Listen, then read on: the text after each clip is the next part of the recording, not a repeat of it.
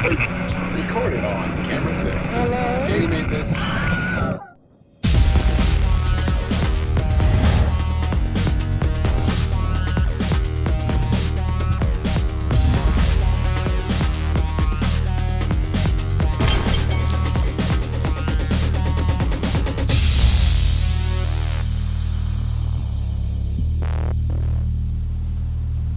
Good morning, Centennial. Today is Friday, April 12th, and you're watching Titan TV. I'm Morgan Yarnick.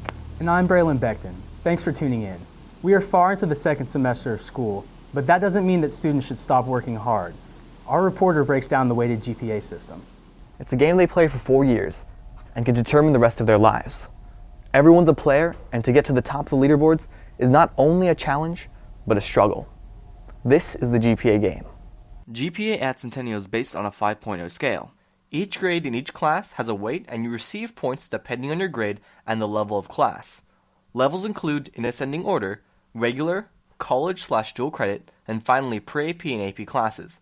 For example, to get a 5.0 GPA, you have to have 100s in all regular classes, 95 in all college/dual credit classes, or a 90 in all pre-AP/AP classes. You will receive no credit for getting a grade below a 70. Do the benefits outweigh the costs? We asked Centennial students and staff. I really like the GPA system just because it gives a tangible aspect to the goals of the academic system. For example, without the GPA system, there's no real measurement of whether or not you're doing well, because you have numeric grades, but there's no calculation that's cross-curricular that decides who's the best overall. It shows that I'm good here, here, here, and here, and so it doesn't let someone who's just good here to excel above someone who's more well-rounded. Our educational system puts a lot of emphasis on external motivation instead of intrinsically motivating us to want to succeed and to want to learn. And until we get rid of the GPA system, well, you're not going to have any kids who want to learn just for the sake of learning. It puts us into competition and it makes us want to motivate ourselves to work harder, but sometimes it gets to us so much and there's no really reason for a kid to be stressing over something so simple as GPA, and so personally I'm just against it. I just think that the GPA, a lot of people hate it. A lot of my kids are obsessed with it, but I don't know what you replace it with. So it's almost like a necessary evil. Something's got to be there to say who is stronger than someone else, to someone who cares at college somewhere. But I know that everyone hates it, but I think it's just necessary. Your GPA also determines your class rank. According to the Texas House Bill 588, commonly referred to as the Top 10% Law, students in the top 10% of their graduating class will have automatic admission to almost any public school in Texas. You can check your GPA and your class rank at Family Connections off of the Centennial website. Here are the averages of each class's GPA in the top 10% at Centennial, as well as the valedictorian's GPA. To be in the top 10%, you will need around an average of 4.9 GPA, and to be number one, you would have to have a GPA of about 5.5. Students have college on the mind. Everything is about admission to the perfect college. Unfortunately, the GPA system is not perfect, but it's the best we have right now. I'm Eric, Titan TV. Thanks, Eric. GPA can play a big role in college admissions. In fact, one Centennial student has been accepted to a university that's across the Pacific. Most seniors are making plans to attend college in the fall. Some are staying in here in Texas, but others will be studying in different states. One student will be crossing the globe for the next step in his education. I originally applied to NYU, and I applied for a separate program which puts their students in Shanghai, China, and I got accepted. So NYU invited me, all expense paid trip to Shanghai for 4 days. Wes tells us what he will be learning in Shanghai. I'll be studying economics and international finance and international business, but because NYU is a liberal arts school, we don't just study stuff that's in our field. I'll also have to take courses on art and history and chemistry. I'm going to be a well-rounded. You have to know everything to go to NYU. It's not just your major, it's everything. The lifestyle of China seems to be different than that in the United States. A lot of people don't speak English. Like if you're at nighttime, you're trying to navigate a taxi, your taxi person isn't going to know English, so you're forced to speak it. And also when you haggle, because China's a haggling country, you haggle for pretty much everything. It's best to know Chinese. Like you'll say, After they give you a price, they'll give you this extremely high price. You say, taiguela, which means too much or that's too expensive. And then they'll lower the price by 25%, and you'll end up paying maybe a third of the original price. We wish Mark the best for his college career. I'm Sean McGee, Titan TV. Good luck in China. Don't forget about us in Frisco. Speaking of Frisco, with all the recent growth, it's easy to forget that Frisco was once a small town. Kayla has more. The beautiful and relaxing Central Park features cattle statues symbolizing an area that was once a small rest stop along the Shawnee Trail. This city is now a sprawling suburb of Dallas. Named after the St. Louis-San Francisco Railroad, Frisco carries on a rich legacy and history 111 years after its establishment. Frisco was founded in February of 1902. The St. Louis and San Francisco Railroad brought their tracks through this part of north central Texas in 1902. And they formed a subsidiary company called the Blackland Townsite Company, which purchased the farm of Mr. Emerson, and then they laid it out in lots and blocks, and they had a public auction. February of 1902 was that first public auction, and so people began to come here and build houses, or they moved their businesses here. There were lots of little communities in this area, but Frisco got the railroad. People who came here mostly were farmers. Cotton was a major crop that was sold here, but they also raised wheat and oats. The city is here because the railroad came, but farming is how it sustained itself until just in the last probably 20 years or so. Frisco is a city that is constantly changing. After all, it is progress in motion. This is Kayla Ritchie, Titan TV. Frisco seems to have come a long way. Whether you like the ice, court, or field, sports are a major factor in the economic growth of Frisco. Hey Titans, as you know, the Frisco Rough Riders, Texas Legends, and Tornado all have a major impact on Frisco. I talked to several people about the specifics.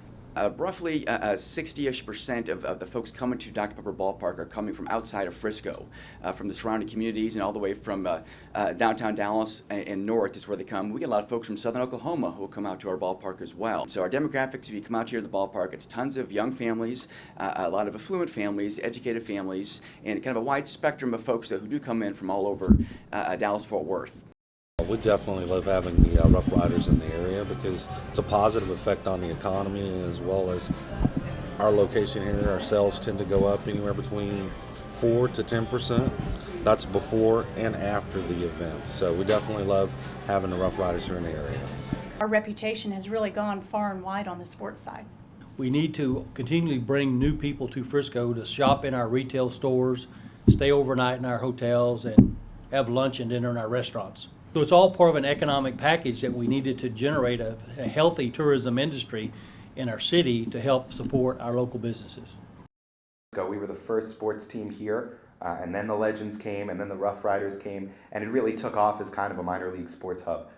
Whenever, when families move, they're always looking for, obviously, family-friendly neighborhoods and entertainment and places where there's things to do. And that's what the Tornado, that's what the Legends, that's what the Rough Riders, that's what all we can all provide that. I think this helps out Frisco economically in a lot of ways. First of all, every game we have people coming from outside of Frisco to attend the games, and everyone who comes in here who spends money generates sales tax, which ultimately benefit the city of Frisco, so that's tremendous. I'm Abby, Titan TV. Thanks, Abby. And now for club updates. Nothing But Nets is Centennial's annual faculty versus students basketball game. At 4:30 on April 18th, come out to the main gym to support your favorite athletes and teachers. Last night, new NHS members were inducted for the 2013-2014 school year. Congrats to the new members. 2 weeks ago, NHS hosted their annual Easter egg hunt here at Centennial in the courtyard. Over 50 children of teachers and staff came out and had an awesome time hunting for eggs and taking pictures with the Easter Bunny. This was an excellent opportunity for NHS members to get service hours while also showing their appreciation to staff members for all they do here on campus.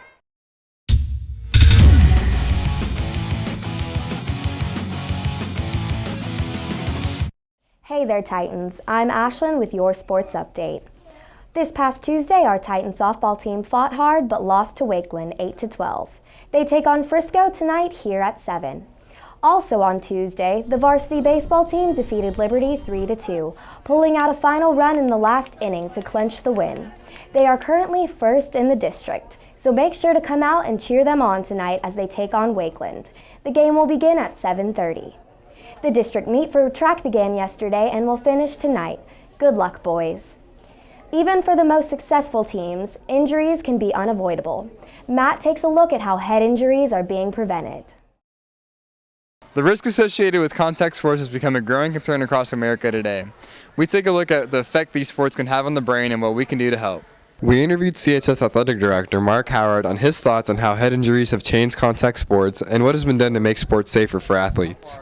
I think a lot of sports nowadays, and especially in football since it is a contact sport, have done a lot to try to prevent, not just based on what has been found before, but because the head is just the brain is a very delicate thing. A recent study was carried out comparing healthy athletes to those of the same age who suffered from a concussion 30 years ago. The results showed that those who experienced head trauma had symptoms similar to those of early Parkinson's disease, as well as memory and attention deficits.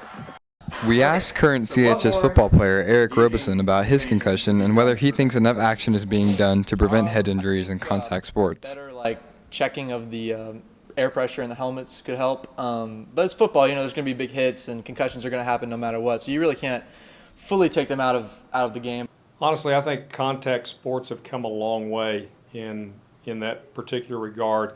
And I think a prime example is the NFL and what they're doing right now with their concussion studies and going back, and they're finding, because of research done on former NFL players who are now deceased, they're doing research on their brains and finding out that in fact a lot of these guys did have, especially when they passed away early, they've had concussions and they happened earlier in their career.